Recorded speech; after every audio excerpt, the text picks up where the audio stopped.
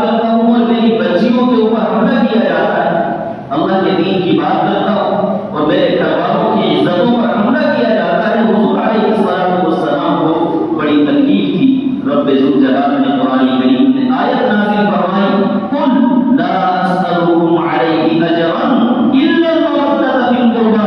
اے محمد عربی صلی اللہ علیہ وسلم ان مکے والوں سے کہہ دو کہ میں جو اللہ کا پیغام لے کر کے آیا ہوں، اس پیغام پر میں تم سے کوئی اجر اور کوئی بدلہ نہیں چاہتا۔ ان اجری الا علی اللہ، میرا اجر تو اللہ رب العزت پر ہے۔ ہاں میں تم سے صرف ایک بات کا واسطہ دیتا ہوں کہ خدا میری نبوت کی وجہ سے میرے رشتہ داروں کو پریشان نہ کرے۔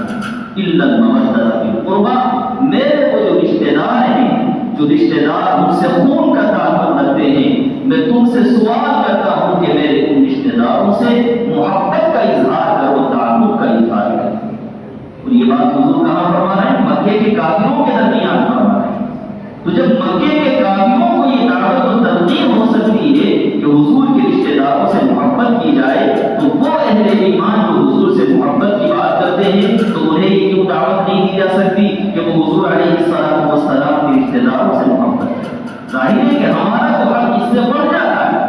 اور ہم نے ایک مرتبہ آپ کے سامنے وہ حدیث سنائی تھی، علامہ جلال الدین سیوطی علیہ الرحمہ نے الجامع الصغیر ایک روایت نقل فرمائی ہے کہ حضور علیہ السلام نے ارشاد فرمایا، ادبوا اولادکم علی ثلاث خصال، لوگوں اپنے بچوں کو 3 باتیں ضرور سکھایا کرو۔ حضور علیہ السلام نے پہلی بات فرمائی حب نبی، سب سے پہلی بات یہ ہے کہ اپنے نبی کی محبت سکھاؤ، اور دوسری بات وحب اہل بیت، نبی کے گھر والوں کی محبت سکھاؤ، اور تیسری بات قراءۃ القرآن، اور اپنے بچوں کو قرآن کریم پڑھنا سکھاؤ۔ اگر تم نے قراءۃ قرآن سکھا دیا، قرآن پڑھنا، اس کی تعلیمات پر عمل کرنا سکھا دیا، تو پھر یہ بندہ نبی کے گھر والوں سے بھی محبت کے آداب جانے گا، اور حضور نبی اکرم صلی اللہ علیہ وسلم سے بھی محبت کے طریقوں ہو جائے گا۔ تو ہم حضور علیہ السلام سے جو محبت کی بات کرتے ہیں، اس محبت کا ایک بنیادی عنصر اور بنیادی حصہ یہ ہے کہ حضور نبی اکرم صلی اللہ علیہ وسلم کے اہل بیت اور آپ کے گھر والوں سے محبت کی جائے۔ ہمارا تذکرہ یہی چل رہا تھا، حضور نبی اکرم صلی اللہ علیہ وسلم کے گھر والوں میں، آپ کے اہل بیت میں سب سے پہلے آپ علیہ السلام کی 11 بیویاں ہیں۔ ہم نے یہ بیویوں کا نام آپ کے سامنے پہلے بھی ذکر کیا تھا۔ ان ازواج مطہرات پاک بیویوں کے نام دوبارہ آپ کے سامنے، بلکہ سہبارہ جب تک ازواج مطہرات کا تذکرہ چلے گا، ہر مرتبہ ہم یہ نام آپ کے سامنے پیش کریں گے، تاکہ نبی اکرم صلی اللہ علیہ وسلم کی مبارک پاک بیویوں کے نام ہمارے دل و دماغ میں محفوظ ہو جائیں۔ سب سے پہلی آپ علیہ السلام کی بیوی حضرت خدیجہ الکبریٰ رضی اللہ تعالی عنہا، دوسری حضرت سودا بنت زمعہ رضی اللہ تعالی عنہا ہے، تیسری حضرت عائشہ صدیقہ رضی اللہ تعالی عنہا ہے، اور چوتھی حضرت حفصہ بنت عمر ابن خطاب رضی اللہ تعالی عنہا ہے، اور چوتھی پانچویں حضرت زینب بنت جحش رضی اللہ تعالی عنہا ہے، چھٹی حضرت ام سلمہ رضی اللہ تعالی عنہا ہے، ساتویں حضرت زینب بنت جحش رضی اللہ تعالی عنہا ہے۔ یہ زینب نام کی 2 بیویاں ہیں، ایک ہے زینب بنت خزیمہ اور ایک ہے زینب بنت جحش۔ زینب بنت خزیمہ سے آپ نے نکاح فرمایا ہے 5ویں نمبر پر، اور حضرت زینب بنت جحش رضی اللہ تعالی عنہا سے آپ نے نکاح فرمایا ہے 7ویں نمبر پر، اور 8ویں بیوی آپ کی حضرت جویریہ رضی اللہ تعالی عنہا، 9ویں بیوی حضرت ام حبیبہ رضی اللہ تعالی عنہا، 10ویں حضرت صفیہ رضی اللہ تعالی عنہا، اور 11ویں بیوی آپ کی حضرت میمونہ رضی اللہ تعالی عنہا ہے۔ یہ حضور علیہ السلام کی 11 بیوی ہیں۔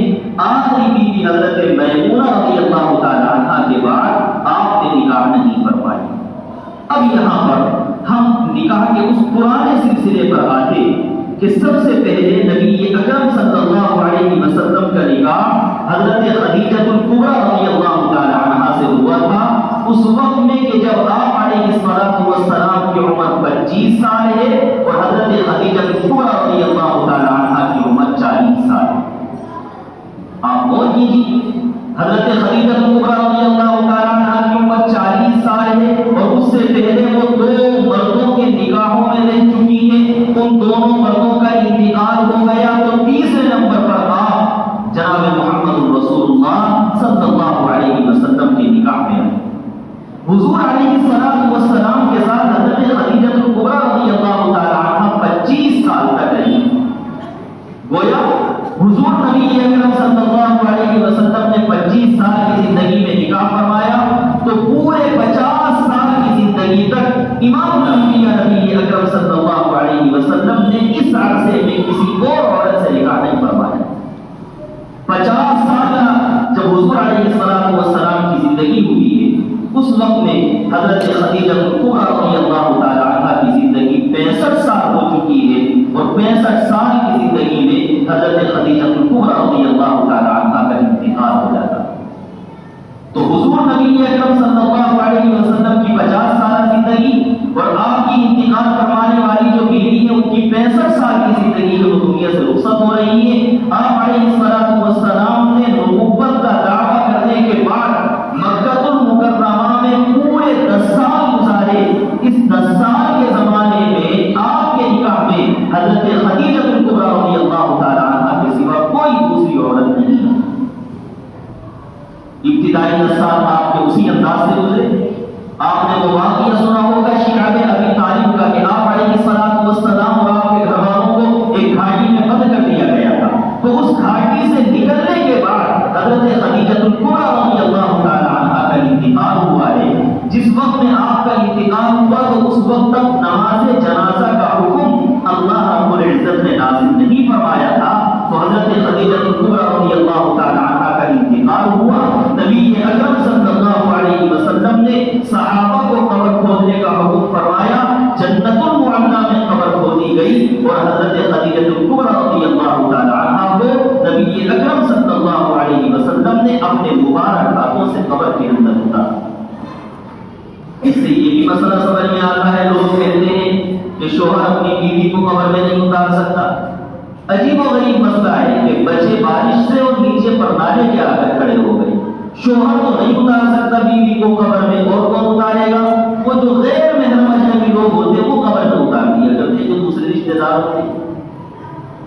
ہمارے یہاں عجیب و غریب مسئلہ ہے، یعنی تقویٰ اور طہارت بھی ہمارا ایسا ہوتا ہے کہ ایک تقوی کے چکر میں دوسرا گناہ کا کام ہم کر گزرتے ہیں۔ ہم بات کر رہے تھے حضرت خدیجہ کبریٰ رضی اللہ تعالی عنہ کو نبی اکرم صلی اللہ علیہ وسلم نے قبر میں اتارا۔ اور اب آپ غور فرمائیں، حضور علیہ السلام کی 4 بیٹیاں ہیں اور 2 بیٹوں کا تو انتقال ہو گیا، 4 بیٹیوں میں سے حضرت زینب اور حضرت رقیہ کی دونوں کا نکاح ہو چکا ہے۔ ابھی 2 بیٹیاں حضرت ام کلثوم اور حضرت فاطمہ الزہرا رضی اللہ تعالی عنہا ہیں۔ اب ایک مرد جس کے پاس 2 چھوٹی بیٹیاں ہوں، اس کو ان کی پرورش کا بھی خیال کرنا ہے اور دعوت و تبلیغ کے فرائض بھی انجام دینے ہیں، نبوت کی ذمہ داری بھی امت کے سامنے پیش کرنی۔ آپ علیہ السلام بڑے پریشان رہے۔ حضور علیہ السلام کی اس پریشانی کو جب حضور علیہ السلام کے صحابہ نے دیکھا، ان صحابہ نے اپنی اہلیوں سے اور بیویوں سے جا کر کے ذکر کیا۔ اور پریشانی کیا ہوتی تھی؟ حضور علیہ السلام اس درمیان حضرت خدیجہ کبریٰ رضی اللہ تعالی عنہ کا تذکرہ فرماتے۔ حضرت خدیجہ کا انتقال ہو گیا، انتقال کے بعد صحابہ کے درمیان بیٹھے ہوئے ہیں اور آپ حضرت خدیجہ کبریٰ کا تذکرہ فرماتے کہ وہ عورت تھی کہ جس وقت میں کسی نے میری تصدیق نہیں کی تھی، اس عورت نے سب سے پہلے میری تصدیق کی۔ جب سب لوگ میرا انکار کر رہے تھے، اس نے میرا کلمہ پڑھا تھا۔ جب کوئی میرا تعاون کرنے کے لیے تیار نہیں تھا، اس نے اپنا سارا مال میرے اوپر لٹا دیا تھا۔ جب لوگ تانے دے رہے تھے، اس عورت نے مجھے چادر اڑا کر کے مجھ سے بڑی تسلی کی باتیں کہی۔ جب مجھے اپنے اوپر جان کا خطرہ ہوا کرتا تھا تو وہ میری بیوی میرے لیے بڑی تسلی کی باتیں کیا کرتی تھی۔ یہی وجہ ہے کہ اللہ رب العزت نے خدیجہ کو وہ انعامات دیے ہیں کہ میرے ذریعے اللہ رب العزت نے خدیجہ کو اولاد دی ہے۔ اللہ تعالیٰ نے خدیجہ کو آسمان سے سلام کہلوایا ہے، اللہ تعالیٰ نے خدیجہ کے لیے جنت کی بشارتیں دی ہیں۔ حضور علیہ السلام اس انداز کی باتیں حضرات صحابہ کے درمیان فرماتے تو صحابہ کا دل تھا۔ ایک صحابی حضرت عثمان بن مسعود رضی اللہ تعالیٰ عنہ، وہ اپنے گھر تشریف لے گئے اور اپنی بیوی حضرت خولہ سے جا کر کے ذکر کیا کہ آج میں نے امام الانبیاء کو دیکھا مجلس میں بیٹھے ہوئے ہیں اور آپ کے اوپر بڑے افسردگی اور غم کا پہاڑ ٹوٹا ہوا ہے، آپ خدیجۃ الکبریٰ کا تذکرہ فرما رہے ہیں اور اپنے 2 بچوں کی تربیت اور پرورش کے حوالے سے پریشان۔ حضرت خولہ رضی اللہ تعالیٰ عنہ کمر بستہ ہو گئی، فرمانے لگی کہ حضور کا دوسرا نکاح کرانا ہے۔ 50 سال کی عمر ہے امام الانبیاء کی۔ حضرت خدیجۃ الکبریٰ رضی اللہ تعالیٰ عنہ کے انتقال کے بعد مکہ المکرمہ میں ایک دوسری عزت دار عورت تھی کہ جس کا نام تھا حضرت سودا بنت زمعہ رضی اللہ تعالیٰ عنہ، یہ بھی قریشی خاندان کی ایک عورت تھی۔ عجیب و غریب، حضرت سودا بنت زمعہ رضی اللہ تعالیٰ عنہ کا پہلے ایک شوہر حضرت سکران سے نکاح ہوا تھا۔ حضرت سکران سے جب حضرت سودا بنت زمعہ رضی اللہ تعالیٰ عنہ کا نکاح ہوا تو اس دوران حضرت سودا رضی اللہ تعالیٰ عنہ نے خواب دیکھا۔ خواب یہ دیکھا کہ میں بیٹھی ہوئی ہوں اور نبی اکرم صلی اللہ علیہ وسلم تشریف لائے اور آپ نے میری گردن کو چھوا اور چلے گئے۔ حضرت سکران یہ حضور علیہ السلام پر ایمان لا چکے تھے اور مکہ المکرمہ میں کافروں کے ظلم سے پریشان تھے، حضرت سکران کی اور آپ کی بیوی حضرت سودا بنت زمعہ رضی اللہ تعالیٰ عنہ بھی۔ تو حضرت سکران نے فرمایا کہ سودا، تم نے جو خواب دیکھا ہے مجھے ایسا لگتا ہے کہ اس خواب کی بشارت یہ ہے کہ میرا انتقال ہو جائے گا اور تم نبی اکرم صلی اللہ علیہ وسلم کی زوجیت میں جاؤ گی، حضور تم سے اپنا نکاح فرمائیں۔ ابھی اس خواب کو دیکھے ہوئے چند دن گزرے تھے، حضور نے فرمایا کہ جاؤ حبشہ چلے جاؤ۔ یہ دونوں حبشہ چلے گئے، وہاں سے واپس دوبارہ آ گئے۔ ابھی آئے ہوئے کچھ وقت نہیں گزرا تھا کہ پھر حضرت سودا نے خواب دیکھا کہ میں بیٹھی ہوئی ہوں اور میری گود میں ایک چاند کا ٹکڑا آ کر کے رکھا گیا۔ آپ نے پھر اپنے شوہر سے خواب بیان فرمایا، وہ کہنے لگے کہ اب یقینی طور پر حضور نبی اکرم صلی اللہ علیہ وسلم تم کو اپنے نکاح میں قبول فرمائیں گے۔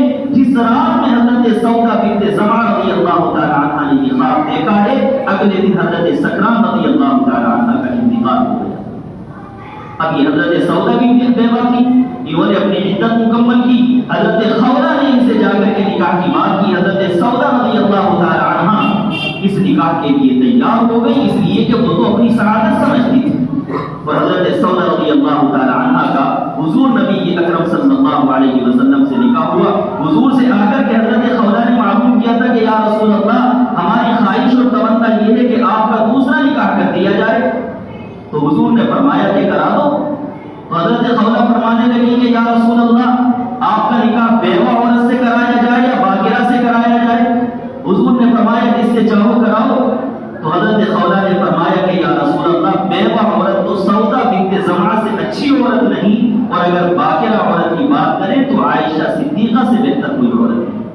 تو حضور نے فرمایا جاؤ جا کر کے بات کرو۔ حضرت خولہ نے حضرت سودا بنت زمعہ رضی اللہ تعالیٰ عنہ سے جا کر کے بات کی، انہوں نے نکاح کی اس پیشکش کو قبول فرمایا اور پھر نبی اکرم صلی اللہ علیہ وسلم سے ان کا نکاح ہوا۔ یہاں ایک بات ذکر کریں، ٹائم ہو رہا ہے، کہ حضور نبی اکرم صلی اللہ علیہ وسلم کی یہ جو بیوی حضرت سودا بنت زمعہ رضی اللہ تعالیٰ عنہ، حضور کی 50 سال عمر، ان کی 50 سال سے زیادہ عمر ہے، تقریباً 51 یا 52 سال عمر، اور بیوہ عورت۔ علماء نے لکھا ہے، تمام علماء کا اتفاق ہے کہ یہ کوئی حسن و جمال والی عورت نہیں تھی، خوبصورت عورت نہیں تھی۔ ان کا رنگ کالا تھا، جسم ان کا بھاری تھا اور چہرے کے اوپر چیچک کے نشانات پڑے ہوئے تھے۔